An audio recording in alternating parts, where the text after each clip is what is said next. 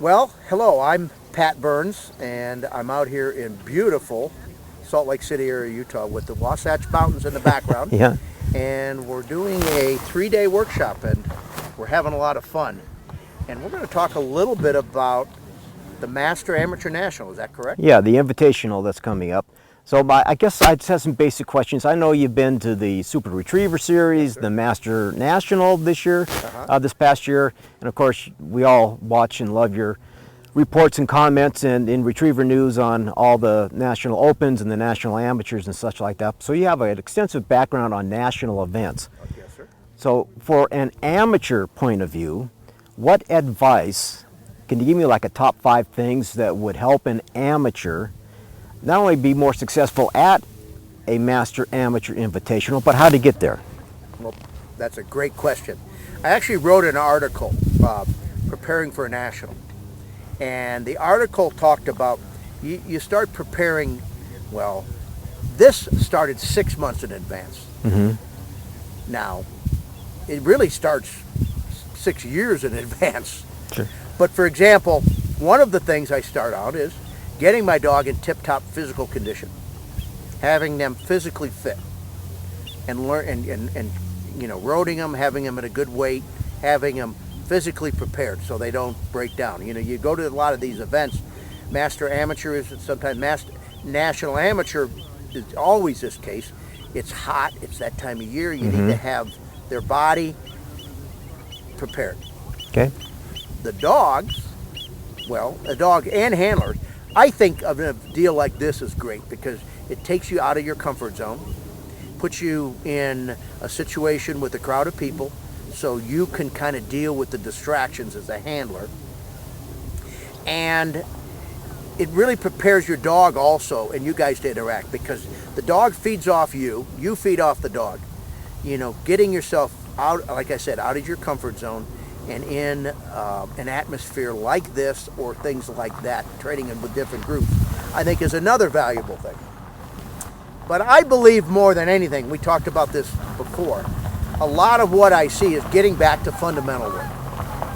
And what happens so often when you're online and on the mat, the heeling mechanics, the pointing mechanics, the communication between dog and handler, the timing of all of that stuff that happens there always needs attention.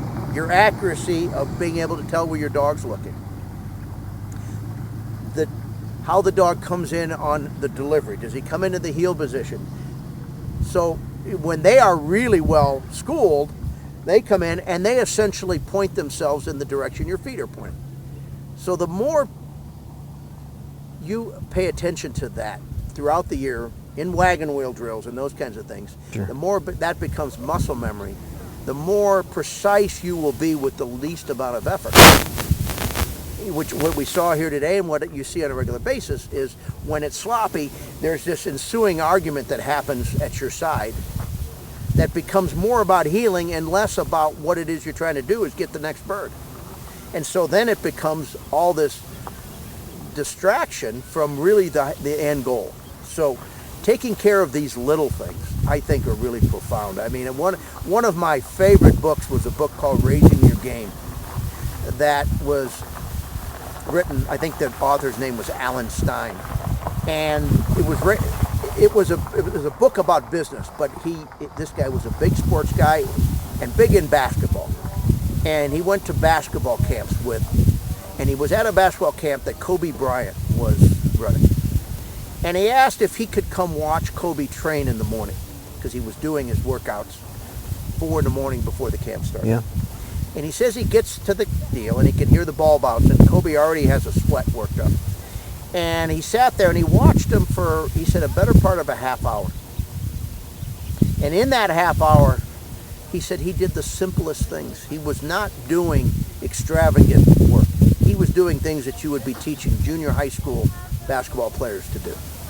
And he said, he asked Kobe, he said, at this point, you're the greatest player in the world. And you're doing such basic things. And he said, why do you think I'm the greatest player in the world? Because I do the basics things. Because I pay attention to the small details. Because all of these incredibly sophisticated things, start with basics, start with the fundamentals. And he said, you know, the basics are simple, but they're not easy. If they were easy, everybody would do it. I think if more people paid attention to the preciseness of some of the fundamental things, they are going to be better prepared for these bigger events, because when the excitement and the pressure of the event kicks in, if your mechanics here are solid and you have the great muscle memory between you and your partner, your dog, they're going to hold up under that kind of pressure. I think that more than anything would be the thing that I would advise people to work on months and months in advance. It's not always the sexy things. It's not always the fun things. They call it the unseen hours. It's the things you do when nobody's watching that pays off when everybody is watching. And that's that kind of stuff. So I got to commend you. Be honest with you, I think the way you present information to the amateur is outstanding. You offer a lot of free stuff, and you offer some paid stuff, and you have a fantastic website and all the stuff you do on Facebook and that.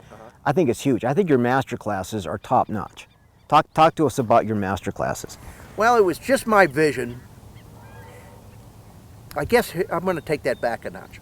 You know, when I first started, and I talked a little bit about my first time to go into Rex Cars and my first time going to a national and meeting the legends at that time.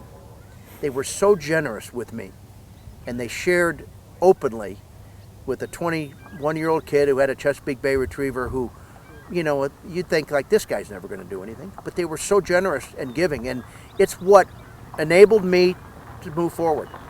And I felt at that time, if I ever get in my opportunity, I'm going to do the same thing, because that was just, you know, and I'm great friends with all those people. I just have such a fond memory of that. And I think the only way our sport continues to improve is for people like me to share it, and people like I'm sharing it with now share it with them.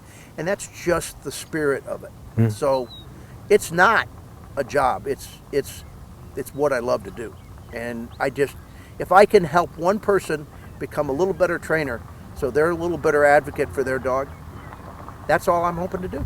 That's fantastic. I absolutely love your bomb-proof basic. I've been training dogs since 1990. I've broken out numerous dogs in my lifetime. I just happen to have two puppies that I'd never had two puppies before. I got one about 6 months. They're about 6 months apart. So I got one, and and I was just about ready to break open Mike Lordy's DVD set, and I was gonna pull out my old DVD. I didn't even know if the thing was even work anymore. And then I saw your stuff online, and I'm thinking, this is the way to do this. And I bought into your program, and I took one dog through up to the point of swim by because it got too cold. Right. And now I'm taking the other one, starting single T, and then I'm going to start double T here soon. And then he'll begin swim by, but I'll do both of them at the same time. And the way you laid that out, video by video, they were short, concise. I learned a lot, and there was a lot of things in there that I forgot. And I went through it and learned a lot more out of that. I've had lots of opportunities to train with other professionals in my lifetime, but the way you've got that online is just huge. It's just incredible. So just talk to me briefly about that. Well, it makes me absolutely smile to hear you say that, because it was certainly my passion project and my vision. And to find a way to spread that, I didn't come up with the basics program. I mean, I have my own twists and things I emphasize, but this is something Rex started. I worked with Mike, and I was influenced by Judy Aycock and a lot of other great trainers. But I felt more importantly than anything is that people were getting confused by the real goal and steps of basics. They were treating the steps as like a grocery list. They were more worried about the steps than the principles behind the steps. And I said, I can preach that, but I can only do it if I show it. And then I explain it. And I explain it to the thing that I think is so valuable, because I'm talking to the owners or the people that I'm co-putting these dogs through basics, just like I'm talking to you. So I'm trying to, how can I explain this in a way that they're going to understand. And when they got fearful, when they had a bad day, I said, no, we're going to make this turn into the best day, into that aha moment, that breakthrough point. And then I tried to show enough of those days that didn't go the way we expected to make people realize this is what goes on. A lot of the videos and things are done in a shorter period of time with dogs, most of the time, the dogs that have already been through. Mm-hmm. So you see the steps, you understand what the goals are, but you don't necessarily see the journey. Mm-hmm. And so by trying to show everybody the journey and realizing that, all these things that make you wake up at 2 in the morning worrying about happen to all of us. And that was probably the biggest message I wanted to send. And I wanted to just explain the importance of not skipping steps and the thoroughness and how it pays off in tenfold when you get to the field and down the road. The other thing I really wanted to tell you how tickled I was when I got these 2 young puppies. I watched your interview with Pat Nolan, and I'd never heard of Pat Nolan. I have no idea who Pat Nolan was. And when I watched your interview with him over and over again, and then I bought into his $100 program for puppies. When I got my puppies, like showing my wife, this puppy's 6 weeks old. Look what I can do with this thing. I'm casting it with treats and stuff. Oh, it was huge. He's one of the most brilliant animal trainers. I mean, he trains hawks. But he is such an intellect, and he understands and again, if there's anybody that does it, that understands the principles behind it, Pat Nolan does. Yeah. And so he's just a good friend, and what he's teaching dogs to do is in the world of the military and things like that, right, just is unbelievable. So when I watch how he motivates and teaches puppies, both him and Connie, I'm going to listen to somebody like that. Mm-hmm. Because you know what, we're always learning. I mean, a good client of mine from the past told me, he says, when you're green, you're growing. When you're ripe, you're rotting. And I said, you know what? I don't want to be rotting. I want to be the guy that's, all right, tell me more. Yeah. Tell me something new. Yeah, exactly. And I don't want to throw the old stuff out the window, but I want to combine forward thinking with proven techniques and, and work hard on creating a good attitude and a thoroughly prepared dog so that when you have problems, you can deal with them. You have the tools to move forward. And again, I thought I knew a lot, but when I got into your program at Pat, and like, whoa, my whole training level went to the next upper level, and it's been huge for me and my 2 young dogs, and my older dog too, which I have a lot of fun running with there as well. I'm going to make sure I give Mr. Nolan a call and tell him that. That'll make his day. So the final question I have for you, what kind of advice do you get to bridge the gap between professional and amateurs that can come together and learn? I mean, some amateurs are like, oh, I know everything, but in reality, I used to be one of them, and lately it's like, I could learn a lot more. Well, I mean, my advice, one of them is go to events like this where you can be a part of a group and you can get somebody, a professional, that is coaching it. Another one is to ask if you could come and throw birds and watch them train. If you're trying to develop a relationship, not necessarily, I'm not talking about coming and running your dog. I'm coming and let me throw birds, let me help online, let me just, the vast majority of professionals are going to be very generous with their insight. They're going to be time constrained because they've got a job to do and they've got a bunch of dogs to train. But if you approach it right, and you're willing to help, whether it's a high-end amateur group or professional, I've not found anybody ever not to be willing. I mean, that's what I did. Yeah. And when they knew you were willing to learn and you weren't going to take up their time needlessly, and you were willing to help, I think that's the best thing one can do. I did that same thing with Bill Totten. He lived 45 minutes away from me, and he helped me get an AFC dog, went to nationals, and I was able to go down every single day and train for like 4 or 5 hours before I went to work. But he would let me pull dogs off the truck and run all these different dogs, and I got all this line time and experience, and it was one of the best things that helped me out. He did that because he knew you wanted to learn and you were open-minded and you were you weren't going to be selfish about it. It No. wasn't just about you. So, I mean, and that's been my experience.